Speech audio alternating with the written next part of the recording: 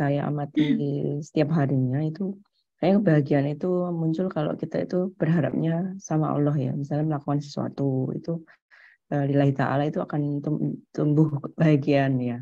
Termasuk beribadah, kemudian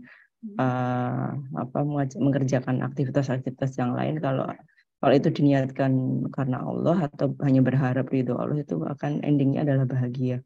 Beda kalau kita punya pamrih dan seterusnya, itu akhirnya ya yang muncul nggak bahagia, tapi sebaliknya begitu ya.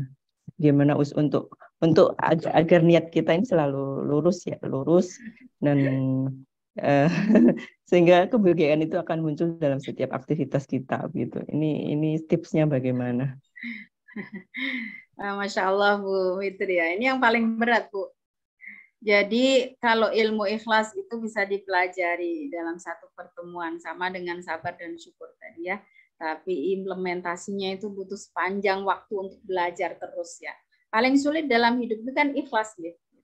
Dan ikhlas kita itu diuji 3 tahap Bu. Yang pertama adalah sebelum melakukan sesuatu, gitu ya. Niat kita apa? Gitu. Nah ini maka untuk supaya ini kita betul, maka selalu mulai dengan Bismillah. Menyebut nama Allah ya. Niatkan itu semua adalah karena Allah Subhanahu wa taala. Kemudian juga ketika kita melakukan sesuatu gitu ya. Nah, kadang-kadang kita diuji dengan pujian orang, kritikan orang dan sebagainya. Itu juga bisa mengubah niat kita. Gitu ya. Nah, kemudian juga sesudahnya gitu ya. Untuk apa kita melakukannya gitu ya. Nah, ini maka kita harus waspada dengan 3 hal yang menjadi musuh ya. Keikhlasan kita itu yang harus kita waspadai. Yang pertama adalah riya ya. Yang kedua adalah sum'ah ya, untuk didengar orang. Yang ketiga adalah ujub ya, untuk membanggakan diri ya. Nah, itu. Dan kalau misalnya ada tuh pujian-pujian dari orang, sanjungan dari orang yang membuat kita merubah niat ya. Jadi kita bahagia dengan itu kan berarti ada unsur-unsur yang berubah di sini ya. Kita segera istighfar, mohon ampun kepada Allah. Maka sebenarnya lebih menguntungkan mendapatkan kritikan daripada pujian gitu ya. Kalau kritik itu bisa memperbaiki dan membangun. Tapi kalau pujian, kalau kita nggak waspada, ini berbahaya. Dari situlah Rasulullah Shallallahu Alaihi Wasallam mengajarkan kepada kita doa kalau kita sedang dipuji orang. Ya, disanjung orang, doanya gimana? Rabbi la tu'akhidni bima yaquluna waj'alni khairan mimma yadhunnun.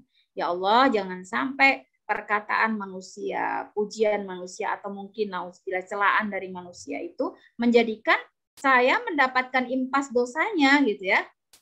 Mengurangi keikhlasan saya bisa jadi, atau saya jadi ujub, saya jadi sombong begitu ya. Dan jadikanlah aku wahai Allah dalam penilaianmu itu lebih baik daripada apa yang mereka sangkakan gitu ya. Itu doa ketika kita mendapatkan pujian dari manusia. Rabbi la tu'akhidni bima yaquluna waj'alni khairan mimma yadhunnun ya. Semoga komentar-komentar netizen kalau di media sosial itu ya tidak merubah jati diri kita, tidak merubah niat kita, atau mungkin diri kita bahkan gitu ya. Dan semoga kita dalam penilaian Allah tetap lebih baik daripada penilaian manusia. Gitu.